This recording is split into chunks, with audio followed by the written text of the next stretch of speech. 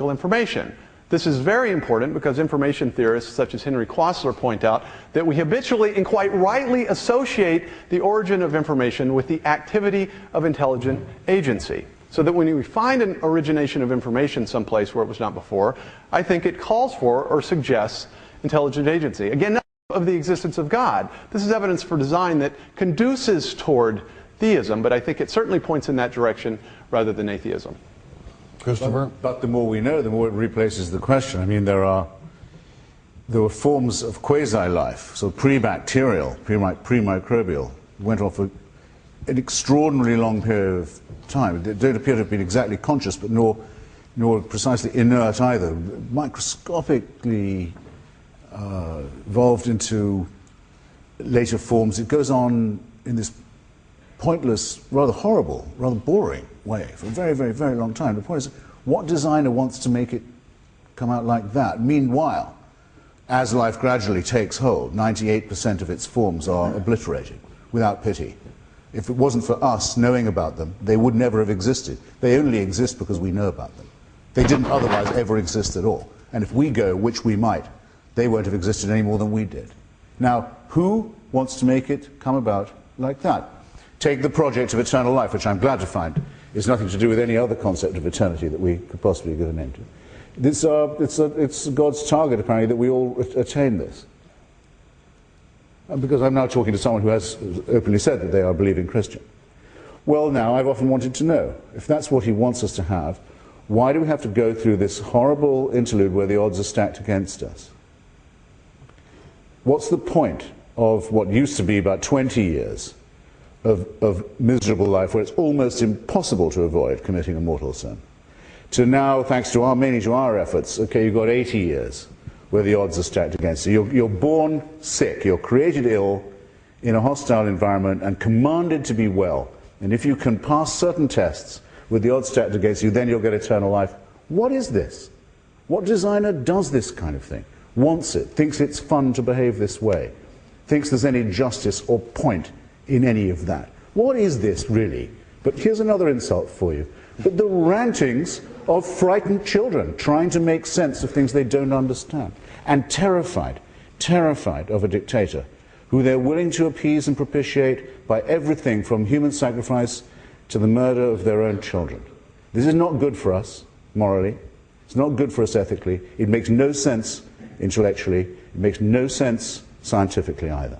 Well, with all due respect, I don't think you answered the question. But what was the question again?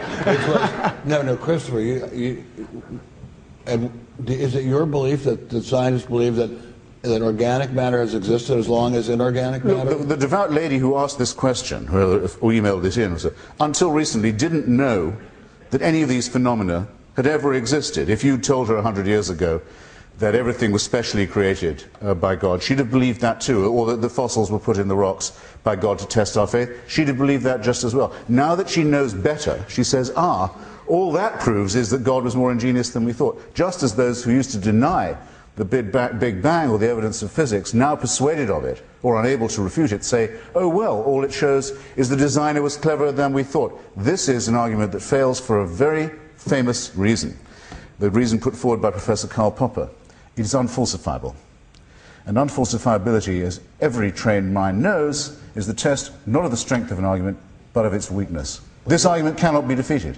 It cannot be overthrown. It reverse engineers every discovery we make and says, oh, that simply proves God is smarter than we ever thought.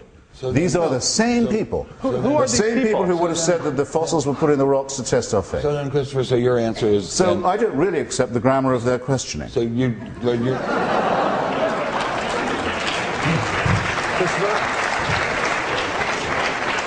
just a point of clarification. We have a debate where you just say, I don't accept the question. I don't accept the grammar of the question. Someone who doesn't actually believe in science at all, who's been reluctantly persuaded. Well, how do you know this woman doesn't know? Because she emails that question wherever I go. She's followed me all over the place. So wait a second, so you think you're being followed? I know only too well. The Pope now says, oh, well, yeah, maybe the Big Bang shows that God was smarter than we thought. It's all knickers, isn't it, to argue like that? So it means that nothing, Okay, nothing well, one can possibly say can count as an argument, because all of it only proves the ingenuity of the designer in the first place. And this comes from people who used to believe that special creation occurred, that the human eye couldn't possibly have been done except at one go. The only thing that can't have happened was the only thing they could be induced to believe. When they're told, actually, there are 40 different species of eye, separately evolved, and that the only way it can have come is by evolution, they say, oh, come to think of it, that shows how smart God is. This doesn't meet the definition of a good question or a good argument at all. It's not even good propaganda. So you're just grading the question as a failing question? Yeah, and that one doesn't pass. Okay. How about this one? We have 2 minutes. Have scientists ever observed a distinct species evolve as distinct from changes within a species? Is that mine? JM. I could object to the grammar of the question and join you, I suppose, because the problem is that it's a question of what the definition of a species is. The Galapagos finches, for instance, it's often defined in terms of being able to reproduce among your kind. But of course, you're separately isolated. It's difficult to verify that question. And so what exactly is a species, and whether or not one species has evolved into another, I don't think it's a crucial or important question in the debate we have here this evening. I think it's quite possible that one species could evolve into another. I do think that most of the very good evidence for the power of natural selection falls under the survival of the fittest rather than the arrival of the fittest. So it's questions like variations in the thickness of finch beaks in the Galapagos Islands based upon variations in the climate, so that seeds change their properties. But you have a cyclical variation. You don't have the origination of some fundamentally different kinds of organisms or organelles. And so I think that natural selection, in principle, has the explanatory power to explain some of these minor things. I am unpersuaded that it has the power to explain all of the adaptive complexity in biology, and I think we're discovering with increasing frequency structures that are inaccessible to the Darwinian mechanism and that suggest foresight. Christopher? Well, when the ridiculous figure of Governor Michael Huckabee said he didn't believe in the theory of evolution, he said he didn't believe that he himself was descended from a monkey. Now, that means he doesn't even know what the theory of evolution is. He disbelieves in something he doesn't know about. If we were descended from monkeys, we might look a bit more like Governor Huckabee, I sometimes think.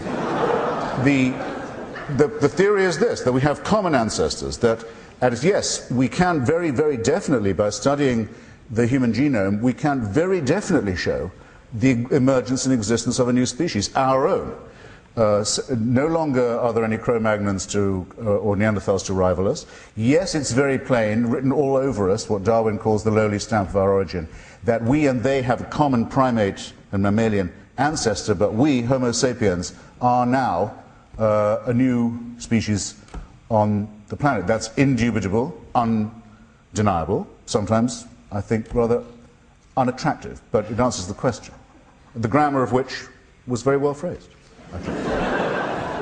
Ben, we have some closing comments. Thank you very much. Okay, so we can now say, I think, that we've heard two incredibly smart human beings, Cro-Magnons, discuss this, and I must say, Primates. I, for one, feel myself very much better informed than I was an hour and a half ago. I'd like to thank you very much, Christopher. You're totally wrong about Nixon, but then so is everyone else. Thank you, Jay. Thank you very, very much. You both did a beautiful job. I'm really stunned at the erudition of both of these gentlemen. Very glad I never had to play against either of you on Wittgenstein's money. Anyway, thank you very, very much, ladies and gentlemen, for being here. Thank you so much.